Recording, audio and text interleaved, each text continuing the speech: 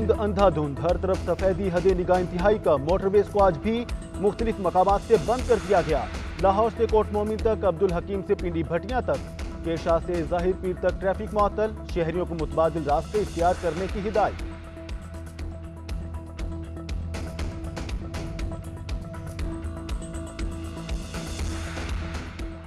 عام انتخابات کے لیے کاغذات نامزدگی جمع کرانے کا آج آخری روز، کاغذات نامزدگی کی جانچ پڑتال 25 سے 30 دسمبر تک ہوگی، جس کے بعد امیدواروں کے ناموں کا حتمی اعلان ہوگا۔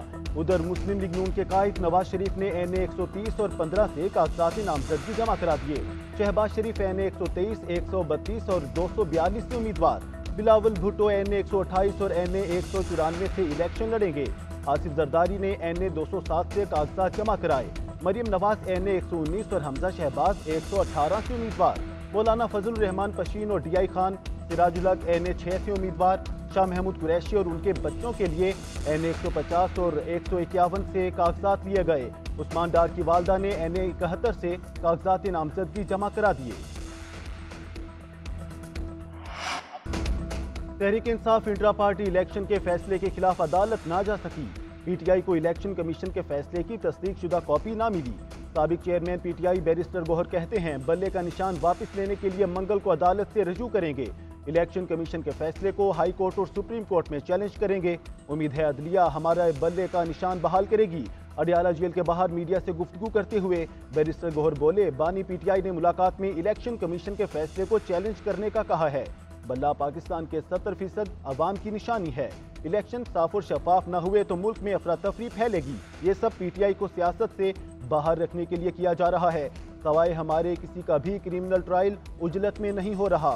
سائفر کیس کا ٹرائل غیر قانونی طریقے سے چلایا جا رہا ہے۔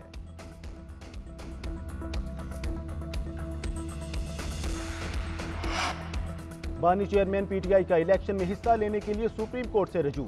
اسلام آباد ہائی کورٹ کے فیصلے کے خلاف سپریم کورٹ میں اپیل دائر، موقف اختیار کیا کہ انتخابات سے قبل نااہل کرنا بنیادی حقوق کے خلاف ہے۔ تحریک انصاف کو پارٹی نشان بلے سے بھی محروم کر دیا گیا۔ سب سے بڑی جماعت کے لیڈر کو انتخابات سے باہر نہیں رکھا جا سکتا۔ سپریم کورٹ توشہ خانہ کیس میں سزا پر مبنی فیصلہ معطل کرے۔ سپریم کورٹ آفس نے درخواست اعتراضات عائد کر کے واپس کر دی۔ اعتراض عائد کیا گیا کہ اپیل کے ساتھ لفظ کیے گئے دستاویزات نامکمل ہیں۔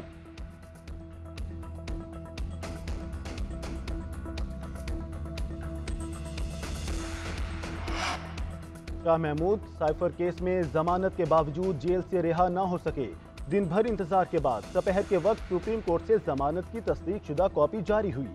شاہ محمود قریشی کے وکیل بیرسٹر تیمور ملک کا کہنا ہے عدالتیں آج اور پیر کو بند رہیں گی۔ شاہ محمود قریشی اڈیالہ جیل میں بلا جواز قید رہیں گے۔ رہنما تحریک انصاف کی بیٹی مہربانو میڈیا سے گفتگو میں بولی، ہمارے وکیل بھی موجود نہیں تھے اور ٹرائل شروع کر دیا گیا۔ یہ کس قسم کا ٹرائل ہے؟ دوسری جانب تحریک انصاف کا برطانیہ اور امریکہ میں کیس دائر کرنے کا اعلان۔ بانی پی ٹی آئی کی ہمشیرہ علیمہ خان کی میڈیا سے گفتگو، کہا لگتا ہے یہ بانی پی ٹی آئی کو جیل سے باہر نہیں نکلنے دیں گے۔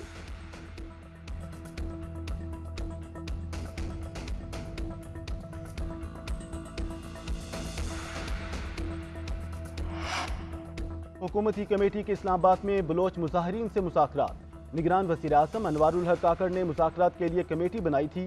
فواد حسن فواد، مرتضی سولنگی، گورنر بلوچستان ملک ولی کاکڑ نے مذاکرات کیے۔ دونوں اطراف سے اچھے ماحول میں گفتگو، مذاکرات جاری رکھنے پر اتفاق کیا گیا۔ حکومتی کمیٹی اور مظاہرین کے درمیان آج پھر مذاکرات ہوں گے۔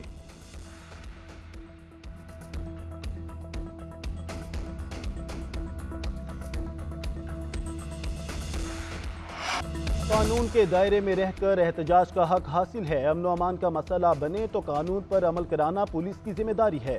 بلوچ مظاہرین کے جائز مطالبات پورے کرنے کے لیے کمیٹی بناتی ہے۔ نگران وزیر اعظم انوار الحق کاکڑ کی گفتگو، کہا بلوچستان گزشتہ 2 دہائیوں سے دہشت گردی کا شکار ہے۔ تربت میں مزدوروں پر حملہ کر کے شہید کیا گیا۔ یہ کون سے لوگ تھے؟ ہم سیکیورٹی اداروں کا مورال خراب کریں گے تو لڑائی کیسے لڑی جائے گی؟ مجھے شرمندگی نہیں کہ میں نے ایک زمانے میں پی ٹی آئی کا دفاع کیا۔ 2013 اور 2018 میں پی ٹی آئی کو ووٹ دیا تھا۔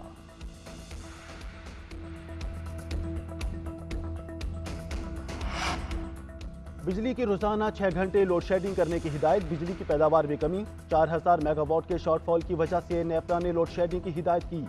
اس وقت بجلی کی مجموعی پیداوار 9000 میگا واٹ اور طلب 13500 میگا واٹ ہے۔